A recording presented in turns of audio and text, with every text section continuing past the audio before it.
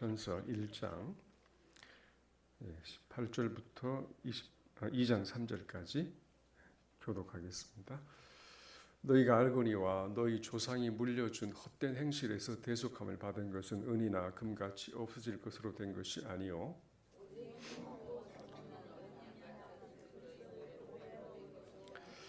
그는 창세전부터 미리 알린 바 되시니나 이 말세에 너희를 위하여 나타나신 바 되었으니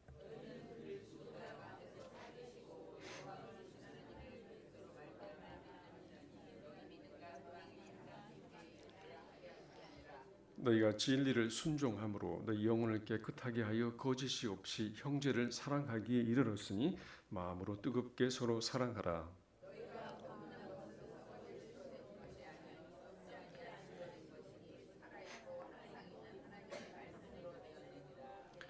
그러므로 모든 육체는 풀과 같고 그 모든 영광은 풀의 꽃과 같으니 풀은 마르고 꽃은 떨어지되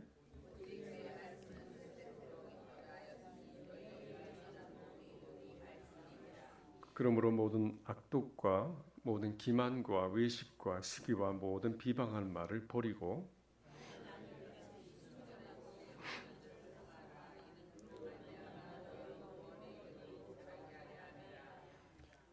너희가 주의 인자하심을 맛보았으면 그리하라. 아멘. 자, 그리스도인의 삶은 영적으로 출생함으로 구원을 받음으로 시작이 됩니다. 구원을 받지 않은 채 교회 생활을 하는 사람을 우리 구도자, 영어로 시커라고 말을 합니다. 근데 이 구도자는 어떤 경우에 매우 진지하고 또 성실합니다. 그래서 웬만한 성도보다 더 나아 보일 때도 있어요. 그래서 언론 보면 구원을 받았고 성숙한 사람처럼 보이기도 합니다.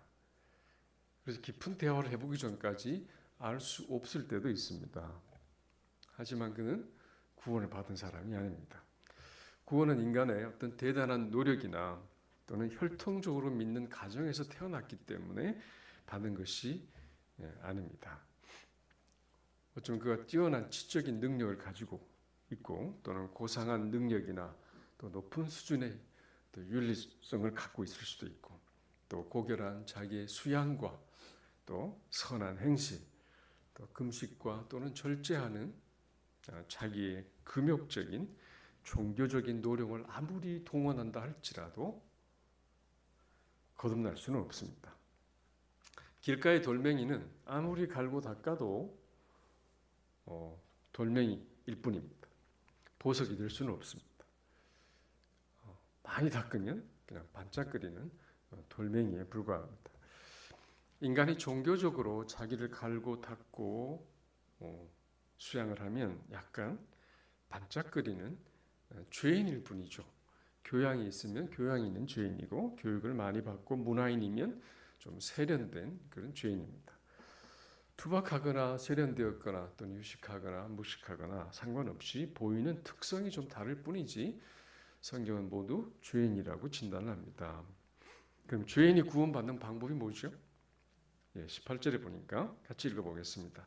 너희가 알거니와 너희 조상이 물려준 헛된 행실의 대속함을 받은 것은 은이나 금같이 없어질 것으로 된 것이 아니요 오직 흠없고 점없는 어린 양 같은 그리스도의 보혈은 피로 된 것이니라. 자, 이 구원을 다른 말로 여기서는 대속이라고 표현을 했습니다. 누군가가 나의 죄를 위해서 대신 값을 지불해주고 구원을 받게 했다는 것입니다. 그 속박으로부터 해방시켜 준 것이죠. 자, 무엇으로부터 해방을 시켜 주었습니까? 너희 조상이 물려준 헛된 행실.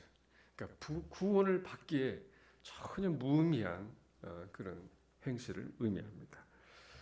조상들에게서 물려받은 전통이나 율법주의적인 행위 또는 세속적 삶의 방식을 여기서는 이제 헛된 행실이다 이렇게 말합니다. 그러니까 그 같은 방식으로는 구원에 결코 이룰 수 없다는 것을 성경은 선언하고 있는 것이죠.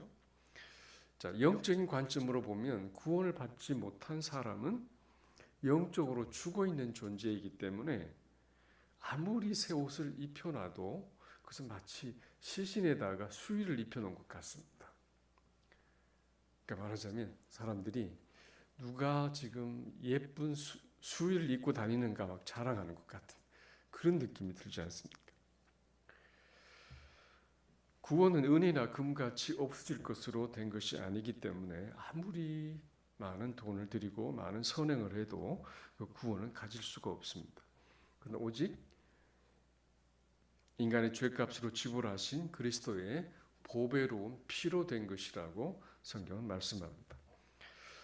세상에 어느 누구도 자기 피로 남을 구원할 수는 없습니다. 이미 죽은 존재이기 때문에 그 피를 쓸 수가 없는 것이죠. 그래서 하나님께서는 흠없고 점없는 어린 양 같으신 그리스도를 죄 없는 인간으로 태어나게 하시고 세상에 보내셔서 그의 보배로운 피로 우리를 대속하심으로써 그를 믿는 자들을 죄와 심판과 지옥, 세상과 사단의 권세로부터 해방시키셨다고 선언합니다. 20절을 같이 읽어봅니다. 그는 창세 전부터 미리 알리신 바 되심이나 이 말세에 너희를 위하여 나타내신 바 되었으니. 자, 그분은 어떤 분입니까? 창세 이전부터 계신 분이었습니다. 하나님의 창조는 어떤 보이는 물질을 가지고 재창조하신 것이 아니라 보이는 것이 아무것도 존재하지 않던 무에서 보이는 유를 창조하신 전무후무한 역사를 일으키신 분이죠. 근데 이 창조의 주체가 누구셨습니까? 예수 그리스도이십니다. 요한복음 1장 3절에 보면 만물이 그로 말미암아 지은 바 되었으니 지은 것이 하나도 그가 없이는 된 것이 없느니라 그러셨어요. 그가 누구일까요? 예수님이죠. 태초에 말씀이 계셨으니 말씀이 하나님과 함께 하셨다. 그 말씀이 바로 예수 그리스도이시죠. 창조 이전부터 계셨고 창조의 주체이신 그리스도께서 이 땅에 내려오셨다는 것입니다. 언제 내려오셨죠? 이 말세에, 그렇죠? 20절에 보니까 이 말세에 너희를 위하여 나타나신 바 되었다. 그리스도의 오심과 십자가는 창세 전부터 예정된 하나님의 구속 계획이 말세에 믿는 자들을 위해 예수님이 내려오시도록 되어 있었던 것이죠. 말세에 믿는 자들을 위하여 내려오셨다. 이제 말세에 나타나셨다고 되어 있는데 이 말세는 이 세상의 이제 마지막 때 아닙니까? 그러니까 이 세상이 완전히 끝나는 이제 그날을 우리는 보통 말세라고 합니다. 그러나 이제 최종적인 그날은 아무도 모르고 아버지만 아신다고 주님 말씀을 하셨습니다. 근데 오늘 이 본문의 말세는 그 말세가 아니고 예수님이 처음 이 땅에 오실 때부터 초림 때부터 다시 오시는 재림 때까지 그 모든 것을 포함하는 전체를 이제 말세라고 말씀하십니다. 그러니까 적어도 수천 년이 걸리는 시간이죠. 이미 주님이 오신 지 2000년이 지났습니다. 이 말세의 기간을 왜 이렇게 길게 잡는 것이죠? 여러 가지 이유가 있습니다. 그래서 더욱 많은 사람들을 구원하시고 하나님의 자녀가 되게 하시려는 목적이 있습니다. 만약 구속의 사역이 신속하게 이루어져 버린다면 그 소수의 사람들만 이제 구원을 받게 되고 그것으로서 모든 사역이 끝나버렸을 겁니다. 그러나 오랜 시간을 기다려 주시는 것은 모든 세대의 사람들이 이 복음을 듣고 구원을 얻어 하나님의 자녀가 되게 하려고 하시는 것이죠. 이 긴 종말은 이 구원의 역사가 오래 걸리는 하나님의 계획에 포함되어 있습니다. 자, 이 긴 종말은 오래 걸리는 긴 계획이지만 반드시 끝이 있습니다. 이 구속사는 이미 예수님의 초림을 통해 이미 그 구속사가 결정적으로 이 반환점을 돌았어요. 전환점을 돌았습니다. 긴 시간 주님 오실 것이라고 하는 구속사의 계획이 계속 예언되어 오다가 주님이 딱 오셨기 때문에 이제 전환점이 된 것이죠. 주님 십자가에서 죽으시고 부활하심으로 누구나 믿음으로 구원을 받을 수 있는 이 복음의 말씀이 거의 전 세계에 지금 다 들어가고 있습니다. 아직까지 지금은 구원의 은혜가 열리는 시대이고 아직은 문이 닫혀 있지 않는 은혜의 시간입니다. 고린도후서 6장 2절을 보면 같이 읽어보겠습니다. 이르시되 내가 은혜 받을 때에 내게 듣고 구원의 날에 너를 도왔다 하셨으니 보라 지금은 은혜 받을 만한 때요 보라 지금은 구원의 날이로다 그랬습니다. 그러므로 이 말세의 시간은 단순히 종말을 기다리는 시간이 아니라 복음을 전파하고 제자들을 세우는 시간이고 또 하나님께서는 성령의 능력으로 교회와 성도들을 새롭게 하시면서 구원의 완성을 이루어가는 그런 시간입니다. 21절을 보면 하나님께서 이 구원의 이 주도권을 갖고 계신 것을 우리가 볼 수가 있는데 같이 읽어봅니다. 너희는 그를 죽은 자 가운데서 살리시고 영광을 주신 하나님을 그리스도로 말미암아 믿는 자니 너희 믿음과 소망이 하나님께 있게 하셨느니라. 네, 하나님께서 주도적인 역할을 하고 계시는데요. 이 단락이 굉장히 많은 내용을 압축하고 있어서 그걸 네 부분으로 나눠서 보겠습니다. 첫 번째는 하나님께서 그리스도를 죽은 자 가운데서 살리셨다는 것입니다. 근데 이것은 단순한 기적이 아니라 예수님의 십자가의 죽음, 그 희생이 하나님께 받아들여졌다는 것을 의미합니다. 그리고 그를 믿는 자는 죄 사함을 받고 구원을 받았다는 증거를 보여준 것이 바로 이 말씀입니다. 하나님께서 살리셨다. 로마서 4장 25절을 보면 예수는 우리가 의롭다 하심을 얻기 위하여 살아나셨느니라 그랬습니다. 자, 예수님의 희생의 이 죄값은 누구에게 바쳐진 것이죠? 세상에 바쳐졌을까요? 아니면 마귀에게 바쳐졌을까요? 아니면 우리 죄에게 바쳐졌을까요? 아니면 하나님의 공의에 바쳐졌을까요? 그렇죠. 하나님의 공의. 죄인을 죽일 수밖에 없는 하나님의 이 공의로움 앞에 주님의 희생의 제사가 올려드려졌고 하나님 그것을 받으셨고 그래서 그를 믿는 자마다 구원을 얻었다는 것이 바로 이 부활을 통해서 확증이 되었어요. 하나님께서 예수님을 살려주셨다는 것은 모든 그 희생의 공로가 이루어졌다는 것을 보여준 증거인 것입니다. 자, 두 번째는 예수님께 영광을 주셨다 이렇게 되어 있죠. 예수님 영광을 주셨다. 그래서 예수님 부활하시고 승천하신 이후에 하나님의 보좌 우편에 앉으셨다는 것을 성경은 여러 곳에서 보여주고 있습니다. 빌립보서를 보면 하나님이 그를 지극히 높여 모든 이름 위에 뛰어난 이름을 주셨다고 기록하고 있습니다. 그래서 예수님이 단순한 선지자가 아니고 하나님의 아들로서 그 구원의 사역을 완수하신 구원자로서의 높임을 받으셨다는 것을 이제 의미합니다. 그분은 구원자이고 주권자이시라는 것을 보여주는 것이죠. 자, 세 번째는 하나님을 그리스도로 말미암아 믿는 자니 그래서 너희들이 성도들이 그리스도로 말미암아 하나님을 믿는 자이다 그랬어요. 자, 우리는 하나님을 믿는데 그리스도를 통해서 믿습니다. 그러니까 예수님을 믿는 것은 하나님을 믿는 것과 동일합니다. 예수 그리스도가 우리 믿음의 통로가 되는 것이죠. 요한복음 14장 6절에 보면 나로 말미암지 않고는 아버지께로 올 자가 없느니라 그랬어요. 우리는 예수님을 통해서 하나님을 믿고 하나님께로 나아갑니다. 예수님은 단순히 구원의 전달자가 아니라 하나님을 믿을 수 있는 길이고 하나님을 만날 수 있는 통로가 되어 주셨습니다. 인간은 자신의 죄로 인해서 결코 하나님 앞에 나아갈 수 없습니다. 그리스도를 믿음으로 하나님께 나아가 하나님을 아버지로 믿고 의지하고 하나님과 교류하며 살게 되었죠.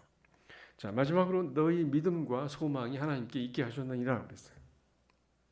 하나님과 만나게 되면서 우리는 우리 믿음과 소망을 하나님께 두게 되었습니다. 믿음이라는 것은 현재적 성격이 강합니다. 오늘 내가 지금 하나님을 신뢰하고 믿고 의지하며 살아가는 것이죠. 또 소망은 미래에 대한 믿음이라고 할 수 있습니다. 후에 완성될 구원과 하나님 나라에 대한 확신을 말합니다. 그것은 내 인생의 모든 운명이 하나님 안에 속해 있다는 것을 이제 아는 것이죠. 그것이 소망입니다. 과거에는 흔들리는 세상과 환경과 사람에게 믿음과 소망을 두고 함께 흔들리며 살았습니다. 근데 이제는 하나님 안에 안전하게 있게 된 것이죠. 그래서 하나님 우리에게 믿음과 소망의 출발지이기도 하고 도착지이기도 하고 목적지인 것이죠. 그래서 우리는 이제 불확실한 세상의 진리 대신에 확실한 하나님의 진리를 더욱 사모하고 순종하려는 마음을 갖게 되었습니다. 22절을 같이 읽어봅니다. 너희가 진리를 순종함으로 너희 영혼을 깨끗하게 하여 거짓이 없이 형제를 사랑하기에 이르렀으니 마음으로 뜨겁게 사랑하라. 자, 이 구절에 의하면 하나님의 말씀, 이 진리를 진심으로 순종하면 나타나는 현상이 뭘까요? 두 가지가 있습니다. 영혼이 깨끗해진다고 그랬죠. 그래서 진실해집니다. 그리고 그렇게 되면 무엇을 할 수 있을까요? 뜨겁게 사랑할 수 있게 됩니다. 자, 교회 안에 일어나는 갈등과 대부분의 문제들은 영혼이 막지 않기 때문에 일어나요. 내면이 순수하지 않고 자기 중심적이 되기 때문에 오해하고 상처받고 그럽니다. 그리고 우리 영혼이 막지 않으면 성령께서 인도하시기가 어려워요. 그런 말이 있잖아요. 순수가 순수를 만나고 진실이 진실을 만난다 그러잖아요. 우리 영혼이 맑으면 성령께서 우리를 잘 인도해 가실 수 있고 우리는 육신적인 어떤 문제들을 피해갈 수가 있습니다. 지속적으로 우리가 말씀을 묵상하고 믿고 적용하고 순종할 때 우리의 영혼이 맑아지죠. 그리고 그때 성령께서 우리를 충만하게 해주세요. 오순절의 사건이 성령의 오심이 나타나기까지 성도들이 며칠간 기도를 했죠. 마가 다락방에서 적어도 10일 동안 때로는 밥도 먹지 않고 하나님 앞에 집중해서 기도하기에 힘쓰는 이제 그런 시간들이 있었습니다. 말씀과 기도에 힘쓴 그 시간 성령께서 그들 가운데 임하시기에 충분한 조건이 되는 것이죠. 그러니까 늘 말씀과 기도 가운데 우리 영혼이 맑아지면 성령께서 우리 가운데 충만하게 임하십니다. 그렇게 하시기 때문에 서로 뜨겁게 진실하게 사랑할 수 있게 되는 것이죠. 그래서 이 사랑에는 두 가지 전제가 있어요. 깨끗한 영혼으로 거짓 없이 상대를 대할 수 있어야 한다는 것. 그리고 뜨겁게 사랑할 수 있어야 한다는 것이죠. 자, 거짓 없이 사랑한다는 것이 무슨 뜻일까요? 네, 사랑하는 척하지 않는 거예요. 위장하거나 가식적으로 하는 게 아니라는 것이죠. 그리고 이거 쉬운가요? 어려운가요? 쉬울 수도 있고 어려울 수도 있습니다. 자기 컨디션에 따라 달라요. 자, 어떤 사람이 이렇게 말을 해요. 맞아, 나는 마음에서 우러나오지 않으면 결코 사랑할 수가 없어. 마음에 안 내키는데 어떻게 해? 내 앞에 도움이 필요한 사람이 있는데 마음에서 우러나오는 사랑의 감정이 없기 때문에 내가 지금 무엇인가를 한다는 것은 사랑의 행동을 한다는 것은 가식적이라고 생각을 합니다. 자, 여러분 우리가 마음에서 막 우러나오는 사랑은 언제 나오는 걸까요? 잘 나옵니까 늘? 네, 대체적으로 어느 때 잘 나오죠? 예쁜 여자를 볼 때, 또 멋있는 남자를 볼 때 막 에로틱하게 솟아나오는 그런 사랑이 있어요. 또 너무나 귀여운 내 새끼들을 보면, 내 손주들을 보면 그냥 막 부어주고 싶은 이 혈통적인 스톨게의 사랑이 있어요. 또 함께 지내다 보니까 너무 우정이 많아지고 친밀해지고 막 너그러워지고 그래서 이 친밀한 우정 같은 이 필레오의 사랑이 있어요. 근데 여기서 말하는 사랑은 무슨 사랑입니까? 그런 사랑과는 전혀 관계없는 어떤 사람이 도움을 필요로 할 때 마음에 솟아나는 애정이나 어떤 분위기가 없어도 맑은 영혼으로 성령의 인도하심을 따라 상대방을 섬기는 이 아가페 사랑에 대해서 말씀을 합니다. 이 본문에 보면 형제들을 거짓 없이 사랑하게 되었다고 기록을 하는데, 이 사랑이 뭐냐면 형제 사랑이니까 보통 필레아를 이야기하겠죠. 여기 보면 필라델피아라고 돼 있어요. 이게 헬라어인데 영어로는 필라델피아라고 돼 있어. 이게 형제. 미국에 가보면 이제 필라델피아라는 도시가 여러 개가 있죠. 뭐 다른 나라에도 있습니다. 형제 사랑을 이제 강조한 도시 이름이죠. 그러니까 처음에는 이제 형제라고 하는 이제 필라델피아로 이야기를 했는데, 서로가 그렇게 진심으로 사랑하니까 거기에 아가파오하라고, 뜨겁게 사랑하라고 이제 명령을 합니다. 여기 뜨겁게 사랑하라는 아가파오로 돼 있어요. 아가페의 동사형이죠. 뜨겁게 하나님의 사랑으로 사랑하라. 이 친구의 우정 같은 필레오가 진실한 사랑으로 승화가 되면 아가페 사랑이 되죠. 자, 어떻게 그러면 아가페 사랑으로 뜨겁게 사랑할 수 있을까요? 이 뜨겁다는 말이 조금 낯뜨거운데, 이것은 성실하고 열렬하게 그렇게 사랑하는, 지속적으로 열렬하게 성실하게 사랑한다는 뜻이 담겨 있습니다. 우리가 사도행전의 초대교회를 보면 그들이 가난한 형제들을 위해서 자기 재산을 팔아서 돈을 가져오지 않습니까? 필요한 것을 가져와서 사도들 발 앞에 가져와서 나누어 줍니다. 근데 가져온 것들을 자기 것이라고 주장하는 사람이 하나도 없었고, 그래서 모든 사람들이 그 필요가 공급이 되어서 필절한 사람이 없었다고 기록을 합니다. 그렇게 사랑하니까 사람들이 지금까지 보지 못했던 아가페 사랑을 보게 되니까 사람들이 날마다 교회로 몰려오는 이제 부흥이 일어났습니다. 자, 그럼 그런 사랑으로 살게 만드는 것이 무엇일까요? 23절을 같이 읽어봅니다.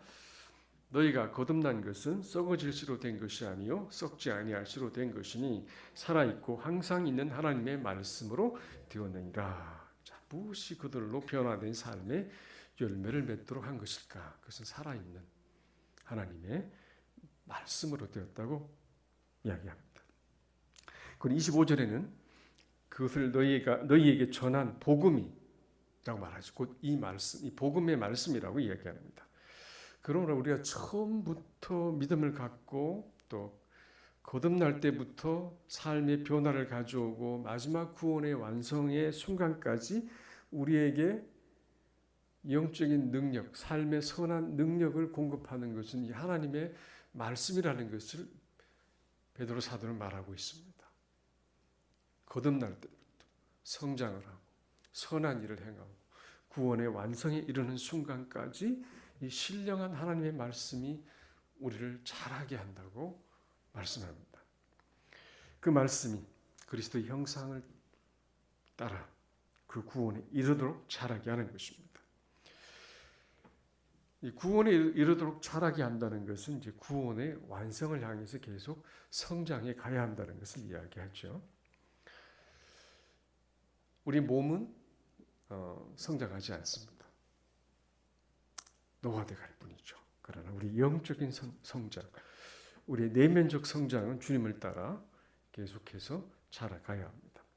이 지속적인 성장을 이루려면 반드시 이 신령한 젖, 신령한 양식, 하나님의 말씀이 날마다 공급되어져야 한다는 것을 강조하고 있습니다. 근데 적당하게 공급되는 것으로는 효과가 없어요. 갓난 아이들처럼 사모하고 먹어야 된다는 것을 오늘 말씀을 합니다. 갓난 아기를 한번 생각해 보십시오. 아기들은 세상에 태어나면 무엇을 가장 간절히 원할까요? 엄마의 젖을 원합니다. 태어난 아기는 하루 종일 웁니다. 왜 웁니까? 우는 가장 중요한 이유는 배가 고파서 웁니다. 목이 마르면 울고 배고프면 울고 생존 본능적으로 이 젖을 사모합니다. 그 아이가 뭐 눈에 보이는 것도 없고 뭐 세상의 논리가 어떤지 잘 모르지만 딱 한 가지 아는 것이 있어요. 나는 젖 없이는 못 살아. 나는 젖 없이는 못 살아. 근데 베드로 사도가 이걸 우리의 믿음의 삶에 비유를 하고 있습니다. 그러니까 그러니까 우리가 신앙생활을 한다는 것은 마치 갓난아이가 젖을 사모하는 것처럼 하나님의 말씀을 간절히 애타게 절실하게 원해야 한다는 것을 이야기합니다. 그것이 우리의 신앙의 삶의 과정이라는 것을 이야기합니다. 그냥 뭐 한 끼 정도 먹고 뭐 일주일에 한 번 먹고 가끔 생각날 때 먹으면 안 될까요? 왜 이 비유를 썼겠어요? 아기는 젖을 먹어야만 자랍니다. 먹지 못하면 건강이 나빠지고 성장이 멈추거나 위기에 빠지죠. 우리의 믿음도 똑같습니다. 말씀을 먹지 않으면 믿음이 자라지 않습니다. 병이 듭니다. 오히려 퇴보할 수 있죠. 하나님의 진리로 우리의 영적인 배를 채우지 않으면 이 믿음이 말라버려요. 건조해집니다. 성장이 멈춰버립니다. 그래서 이 노사도는 말하기를 이 젖을 통해 너희가 구원의 완성에까지 성장해 가야 한다고 말씀을 합니다. 여러분, 신앙은 멈춰 있는 게 아니에요. 계속 자라가야 합니다. 만약 자라가지 않는다는 것은 병들어 있다는 것입니다. 그래서 우리는 매일 말씀의 젖을 먹고 구원의 완성을 향해 자라가야 하는 이 여정을, 이 과정을 잘해야 하는 것이죠. 자, 근데 여기에 순전하고 신령한 젖을 사모하라고 했습니다. 이 순전하다고 하는 것은 거짓 없고 순수한 것을 말하죠. 뭐 다른 세속적인 세상의 어떤 철학이나 거짓된 영적인 내용이 들어와 있지 않은 것을 말합니다. 오염되지 않은 성경의 진리. 자, 근데 이 순수하고 신령한 젖을 먹으려면 이 순수한 어린아이와 같아야 한다는 것이죠.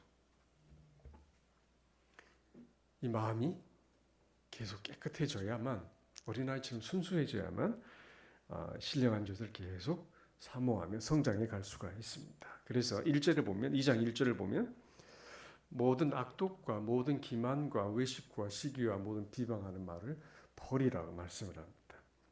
마음에 담아 두어서는 안 될 것들을 버려야만 하나님의 말씀이 심겨질 수가 있고 그것이 자라날 수가 있습니다. 그래서 악독이라고 하는 것은 우리 속에 있는 각종 악한 의도들을 말해요. 원한이나 복수의 심정이나 악한 감정이나 이런 것들을 말해요. 그 다음에 기만이라고 하는 것은 교활하게 남을 이제 속이는 것이죠. 그 다음에 외식이라고 하는 것은 이제 위장을 하는 것이 뭐뭐 하는 척하는 것이죠. 또 시기라고 하는 것은 남이 잘 되는 것을 질투하는 것이고, 비방이라는 게 뭡니까? 남을 나쁘게 말하는 거예요. 그래서 우리 속에 이 잡초와 같은 이런 악한 것들을 다 자꾸 뽑아내야 합니다. 순수하게 맑은 영혼으로 가져가야 한다는 것이죠. 이것은 사실 모든 인간관계를 망치고 공동체를 분열시키는 그런 죄악들이죠. 이런 것은 옛사람의 습성이에요. 그래서 성도의 삶에는 반드시 제거해야 되는 그런 속성입니다. 이것을 버려야만 진짜 필요한 것을 사모할 수 있는 것이죠. 이 죄악된 본성을 자꾸 내쳐야 말씀에 대한 참된 갈망이 일어납니다. 이 잡초를 뽑아야 하나님의 말씀의 씨앗을 심고 그 말씀의 씨앗이 잘 자라나서 구원에 이르는 열매를 맺게 되는 것입니다. 우리가 일이 아무리 바쁘고 분주해도 그래서 매일매일 하나님 말씀을 간절히 찾고 또 읽고 묵상하고 가까이 할 수 있는, 말씀을 가까이 할 수 있는 자기만의 이 방식, 이 루틴이라고 하잖아요. 습관이 될 수 있도록 해야만 합니다. 그래서 정해진 시간에 말씀을 읽고 묵상하고, 자기 전이든지 아침에 일어났든지 점심시간이든지 아니면 성구 카드를 가지고 다니든지 아니면 자기 스마트폰에 말씀을, 그날의 말씀을 올려서 계속 묵상할 수 있게 하든지, 그리고 주신 말씀을 노트에 기록하고 또 묵상하고 암송하면서 이 말씀으로부터 오는 그 말씀의 미각, 그 말씀에 주시는 그 만족감을 계속 누려가야 돼요. 그 내 영혼이 충만해지고 채워지는 그런 경험을 이 말씀 안에서 계속해 가야 합니다.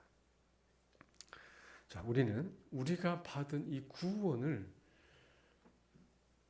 가볍게 여겨서는 안 됩니다.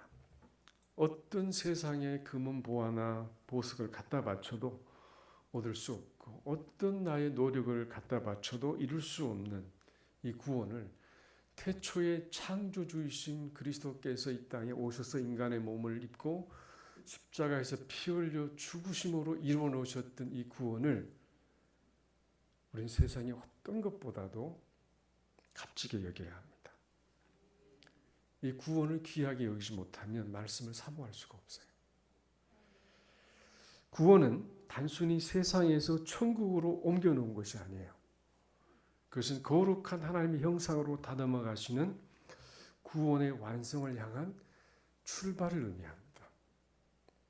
엄청난 구원이 우리에게 기다리고 있어요. 사실은 완성된 영광스러운 구원이 기다리고 있는데, 그 구원의 완성을 위한 것은 바로 하나님의 말씀을 사모하고 말씀 앞에 날마다 섬으로 하나님의 그 영광과 능력을 경험해 감으로 그것을 완성하는 것입니다.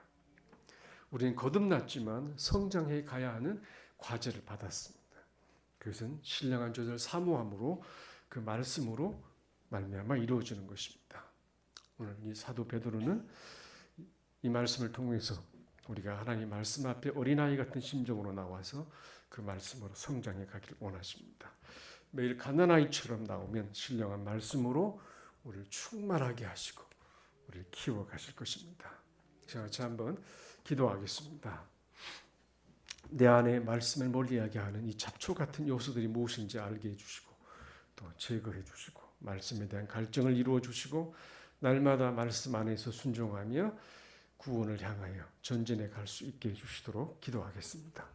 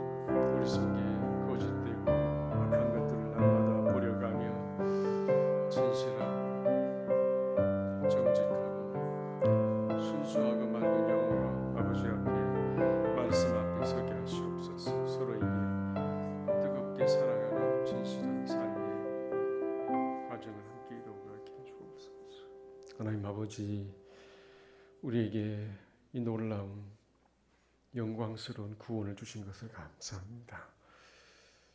그 높으신 보좌 위에서 우리의 구원을 위하여 이 땅에 오신 주님을 감사하고 찬양합니다. 날마다 우리를 향하신 그 사랑과 그 은혜에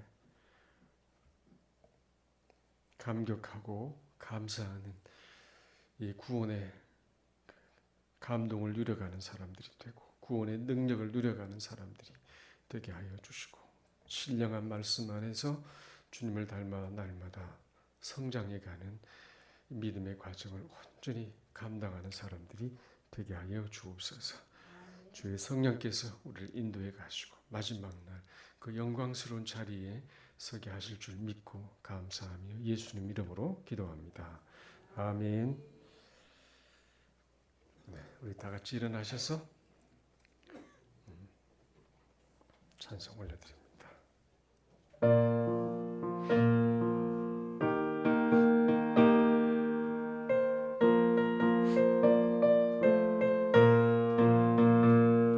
주님 약속하신 말씀 위에서 영원토록 주를 찬송하리라. 소리 높여 주께 영광 돌리며 약속 믿고 굳게 서리라. 굳게 서리 영원하신 말씀 위에 굳게 서리. 굳게 말씀 위에 굳게 서리라. 주님 약속하신 말씀 위에서 세상 염려에게 엄수할 때에 용감하게 힘써 싸워 이기며 약속 믿고 굳게 서리라. 굳게 서리 영원하신 말씀 위에 굳게 서리. 굳게 서리 그 말씀 위에 굳게 서리라. 주님 약속하신 말씀 위에서 영원하신 주의 사랑이 믿고 성령으로 힘써 싸워 이기며 약속 믿고 굳게 서리라. 굳게 서리 영원하신 말씀 위에 굳게 서리. 굳게 서리 그 말씀 위에 굳게 서리라. 주님 약속하신 말씀 위에서 성령 인도하는 대로 행하며 주님 품에 항상 안식 얻으며 약속 믿고 굳게 서리라. 굳게 서리 영원하신 말씀 위에 굳게 서리. 굳게 서리 그 말씀 위에 굳게 서리라. 지금은 우리 주 예수 그리스도의 크신 은혜와 하나님 아버지의 극진하신 사랑하심과 성령님의 감화 감동하시며 구원의 날까지 인도하시는 그 역사가 주의 사랑하는 믿음의 식구들과 이 교회와 이 나라 이 민족 위에 지금부터 영원히 함께 있을지어다.